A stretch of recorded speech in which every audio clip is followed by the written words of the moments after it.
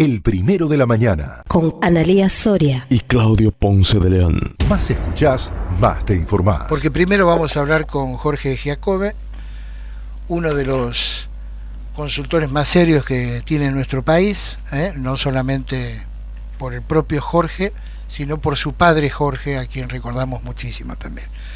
¿Qué tal, Jorge? Buena mañana, el gusto de escucharlo. ¿Cómo está? ¿Qué tal? Buenos días, ¿cómo estás? Bien, bien. Bueno,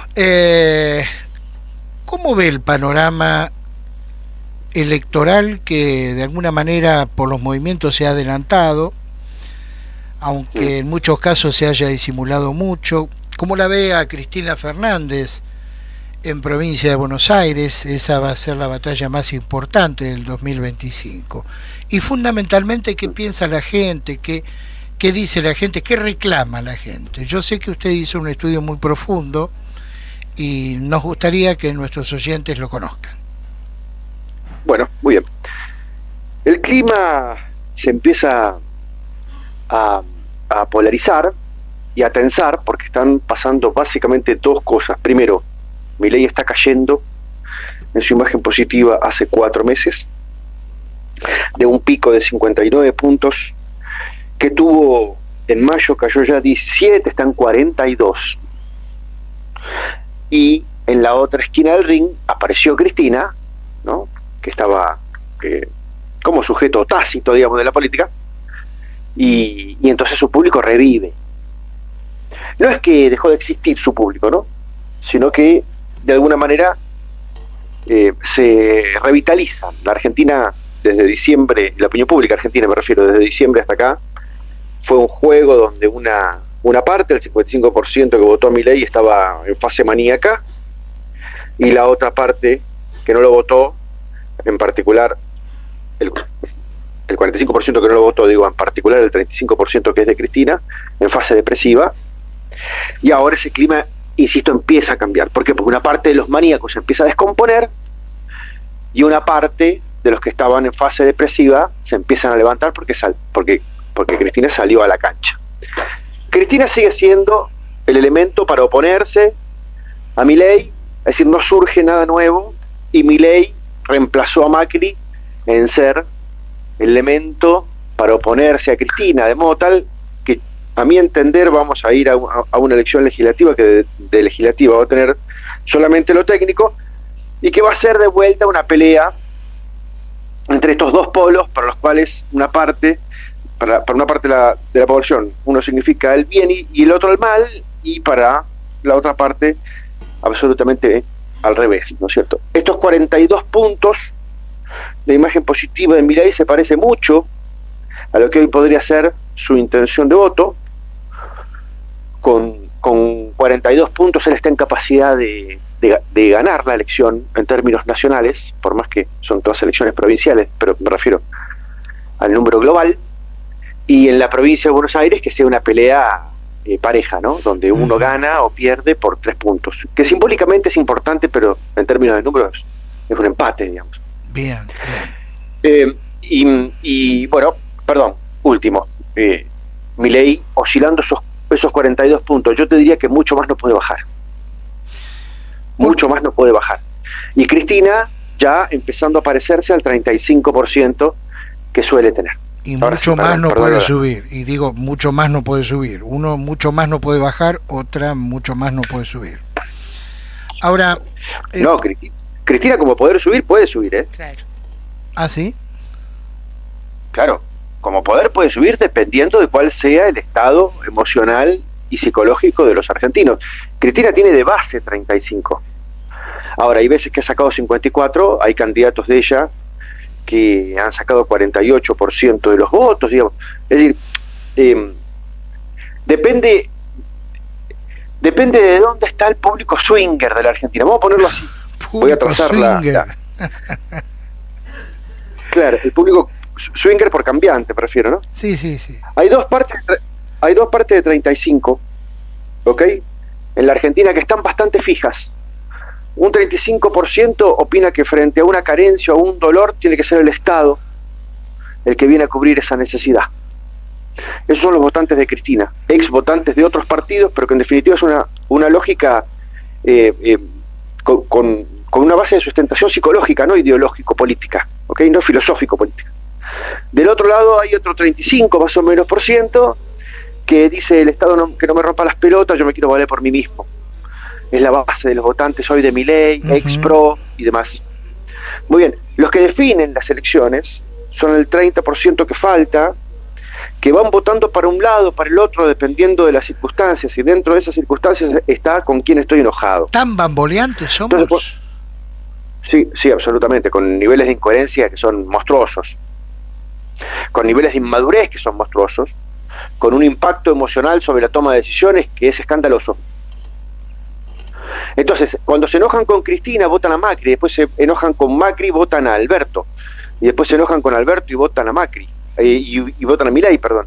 Y así sucesivamente, y se van a seguir enojando. Claro. ¿Por qué cae 17 puntos el presidente? Porque empuja a la gente más allá de la frontera de dolor tolerable. Esta es la explicación de base. Cuando cualquier persona que le toca liderar a un grupo de personas, los empujan más allá de la frontera de dolor tolerable, no más allá de la frontera de lo que pueden dar, sino más allá de la frontera de dolor tolerable, entonces les quiebra la voluntad. Lo voy a poner de esta manera. Supongamos que yo sé que vos nadás 300 metros. Y entonces soy tu entrenador, ¿no? Y te digo, mira, si venís a entrenar una vez más por semana, vas a nadar 350. Y si venís a entrenar 2 veces más por semana, vas a nadar 500 metros. Y al final de los 500 metros está la medalla de oro y el reconocimiento que vos estabas esperando.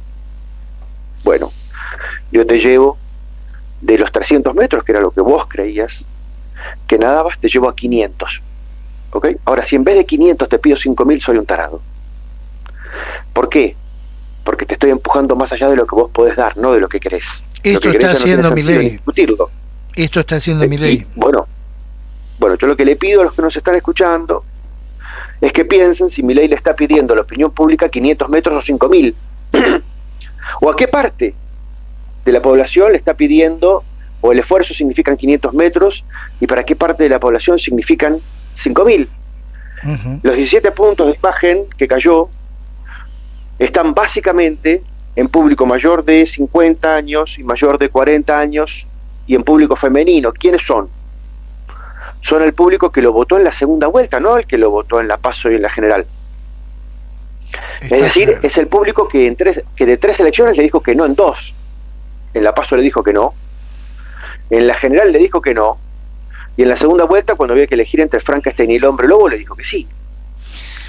Es absolutamente lógico que ese público tenga para con Milei un nivel de adhesión significativamente menor y circunstancial respecto del 30% que lo bancó siempre, que es el 30% menor de 30 años, masculino. Correcto. El de siempre, claro, el que lo impulsó a la política, el que lo sacó de las redes sociales y lo trajo a la política. Eso lo van a bancar hasta el final porque es un producto de ellos. Su forma, no, su claro, forma de dirigirse, de negociar, entre comillas, con el resto del arco político, ¿forma parte de este 17% que lo hace caer? No, yo creo que no. Es lo que te dicen. Pero yo creo que no es lo que está en el fondo. ¿Por qué? Porque los argentinos tenemos muy comprobado, y lo hemos hecho muchas veces, el ejercicio cínico de esconder la razón real de nuestro enojo. A los argentinos nos mueve el comportamiento, la situación económica. Cuando un presidente o una presidenta da la sensación de que nos lleva hacia un lugar mejor, no nos importan las formas. Es decir, sigue predominando la víscera más sensible del cuerpo humano, que es el bolsillo. Absolutamente. Bien. Entonces, cuando da la sensación de que vamos para bien, no nos importa la corrupción, no nos importa el avasallamiento de las instituciones, cómo se trata la prensa, si grita o no grita, si maltrata a los rivales, no importa nada. Ahora, cuando da la sensación de que no soportamos lo económico, entonces nos empiezan a ofender un montón de cosas que antes no nos ofendían. ¿Cómo está Macri? Bueno, Macri está hoy con 23 puntos de imagen positiva, 20 de regular, que es un montón de regular. Si vos lo sumás te das cuenta de que más o menos es el mismo público, es la misma laguna que la de Javier Milei, es decir, que el votante, ex votante de Macri, lo reemplazó por Milei. Es decir, no es que Milei es presidente por el voto de un grupo nuevo de votantes, que es lo que se estima, eso no es verdad. Entre la última elección donde se presentó Macri y la elección presidencial donde se presentó Javier Milei hay 4 años. Eso indica que entraron personas que tenían 16 años, ¿no?, al padrón durante 4 años. Eso explica el 4%. ¿Ok? Es decir, está bien claro que para oponerse al kirchnerismo, los votantes buscaron una versión de Macri, lo voy a decir entre comillas, con los cojones bien puestos. Eso convierte a Macri hoy en algo así como una máquina Remington, que no es que no funciona, sino que ya no tiene sentido tecnológicamente porque fue reemplazado por otras cosas. Está clarísimo. ¿Qué está haciendo bien Macri?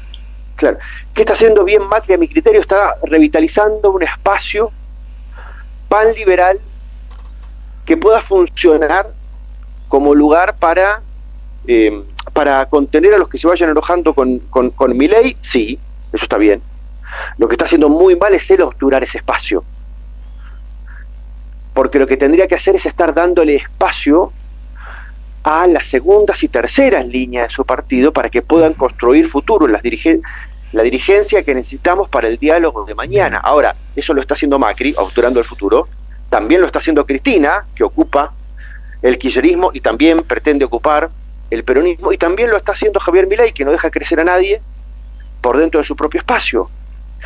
Entonces los 3 grandes líderes hoy por hoy de los espacios políticos más predominantes están todos obturando el futuro, ¿no? Es desesperante. Bien. Yendo a la provincia de Buenos Aires nuevamente, hablar de Karina Milei, ¿tiene algún sentido, digamos, científico en modo de encuesta? Sí, tiene algún sentido, porque una parte de la Libertad Avanza está pensando en utilizar a Karina por su apellido, no por su capacidad discursiva, por su apellido, para ponerla en la boleta y enfrentarse así a Cristina, ¿no? ¿Y eso aunque no es la única opción? ¿Puede competir? ¿Es competitiva Karina? No lo sabemos todavía. Tendríamos que medir provincia de Buenos Aires en particular, pero es lógico comprender que no importan demasiado los nombres, importa lo que significan. Cualquier candidato que ponga Milei significa Milei, tenga o no tenga el apellido. Bien. Puede ser expert, ¿ok? Y cualquier candidato que ponga Cristina significa Cristina, aunque no sea Cristina. Y entonces esas dos opciones, como Estados Unidos y la Unión Soviética en Corea, en definitiva significan otra cosa, por más que estén peleando indirectamente. Correcto. Es decir, ambos pueden poner una escoba, un palo de escoba, si es necesario. Es lo mismo. Claro, bueno. Sí. De hecho, la política argentina se ha construido poniendo palos de escoba, ¿no? Por eso tenemos la calidad de dirigencia que tenemos. Bien. Bueno, por último, la interna del PJ, ¿cómo la ve? Primero, es una interna que se dirige al 10% de la población que se autodefine como peronista. Cuando hablamos de peronismo, primero tenemos que ponerlo en medida. Cuando hablamos de peronismo, cuando hablamos de radicalismo, tenemos que ponerlo en medida, porque si no seguimos hablando de cosas que en realidad ya prácticamente no existen. En las unidades básicas del peronismo y en los comités del radicalismo han hecho rampas para que entren sus militantes. Y para determinarles la edad hay que hacerles carbono 14. Hay que entender que el peronismo y el radicalismo son eventos del siglo pasado, porque representaban a una sociedad que ya no existe, con valores que ya no existen. Hay que entender que la lista 2 del peronismo y la lista 3 del radicalismo no se presentan en elecciones per se hace 30 años. Mucho bastón. Entonces, lo primero que me pregunto es de qué hablamos cuando hablamos de peronismo y de radicalismo. Existen solamente porque los nombramos, como los miedos. Claro. ¿Ok? Ahora, esta presencia de Cristina Fernández en el territorio, ¿Cómo cree que lo pone al gobernador Kicillof, que, dicho sea de paso, está tratando de tomar un poquito de distancia? Kicillof mide más de imagen positiva que Cristina. Varios puntos más. Te diría que 5. Para el público kirchnerista, es un gran candidato. ¿Por qué? Porque tiene todo el physique du rol de un progre, porque tiene patillas, porque no usa corbata, bueno, y porque parece de izquierda. Ahora, no tiene ningún nivel de ascendencia sobre lo que está abajo de él, sobre la tropa hacia abajo, y tiene una tensión con Cristina, que es la tensión del que se quiere descolgar pero no le dan las bolas, para hacerlo fuertemente, es decir, para disparar el proceso de matar al padre en términos psicológicos, y porque Cristina no permite que se construyan liderazgos, permite que se construyan candidatos, pero no liderazgos. Cristina pretende, como los demás líderes que yo nombraba, que todos estén arrodillados a sus pies. Entonces el conflicto es severo. Cristina necesita futuro. Perdón, no lo necesita Cristina. El progresismo necesita futuro. Necesita un candidato para seguir representando ese 35% de gente que siempre va a existir. De la misma manera que lo necesita el liberalismo. Y todos están en conflicto con lo que viene. ¿Por qué? Porque se sienten en jaque. Los líderes del hoy se sienten en jaque. Y en definitiva, en política, administrar presente tiene sentido si estás construyendo futuro, si no, no tiene sentido. La última, ¿hay optimismo en la población en general? Mira, hay una parte de la población, una parte del 55% que votó a Milei que todavía está esperanzada, sí. Hay otra parte que lo votó que está con dudas, ¿ok? Por esto que hablábamos antes, porque no sabe si llega, entiende el sentido del esfuerzo, pero no sabe si llega al otro lado del río. Y el 45% que no lo votó está absolutamente entristecida y está absolutamente desahuciada porque cree que el esfuerzo que se está haciendo en este momento además no tiene ningún sentido, ¿no? Y además creen que lo está pidiendo un hombre intrínsecamente perverso. Bien. Entonces hay un universo de emociones. No puedo evitar preguntarle si usted ve un final de año tranquilo. En términos de evento de calle, yo no veo que eso vaya a acontecer. No veo un 2001, no veo un pueblo en la calle pidiéndole a un presidente que se vaya, porque eso, como el peronismo y como el radicalismo, también es un miedo viejo. ¿Ok? Recordemos que Alberto Fernández gobernó 3 de sus 4 años con 8% de imagen positiva, 8. Y no hubo ningún evento de plaza. Los argentinos ya no vamos a la plaza a quejarnos. Lo que va a la plaza es la política, con sus banderas, con sus teléfonos, con sus negociaciones, pero ya no hay eventos espontáneos de opinión pública para voltear un presidente como veíamos hace 30, 40, 50 años atrás. De modo tal que una toma de la Bastilla yo no espero. Sí veo una situación angustiante, ¿no? Es decir, gente haciendo evaluaciones sobre el fin del año y diciendo, estoy haciendo un esfuerzo y todavía estoy peor. Bien. Eso sí. Estamos dialogando con Jorge Giacobbe de Giacobbe y Asociados. Jorge, gracias por su tiempo como siempre, muy amable y que tenga una buena jornada, ¿eh? Abrazo enorme, adiós. Bueno, no me pueden negar que no sean divertidos. Interesante, muy interesante. Yo estaba viendo acá, yo tengo varias coincidencias con Giacobbe. Los esto del radicales peronismo lo quieren matar. No, pero esto del PJ y la UCR, como del siglo pasado, tiene toda la razón del mundo. La posición de esta gente es tan anacrónica, tan se quedaron ahí. El PJ se quedó en el 45 y la UCR en el 17 más o menos. Digo, sacan a relucir cosas que a esta altura del campeonato no se ayornaron, no nada. Los radicales te joden con la reforma universitaria. Fue en el año 17. O sea, yo les tengo que agradecer ya en el segundo milenio una reforma del año 17, 1917. Yo ni existía en ese momento. Los peronistas siguen jodiendo con Perón y Evita porque Evita le daba la máquina de coser a la abuela. Y vos decís, le daba la máquina de coser a la abuela. Yo estoy segura que de todas las máquinas de coser que entregó la pobre Evita, no debe quedar ninguna. La deben haber ya tirado, te deben haber deshecho de ella. Digo, El primero de la mañana. 100% periodismo.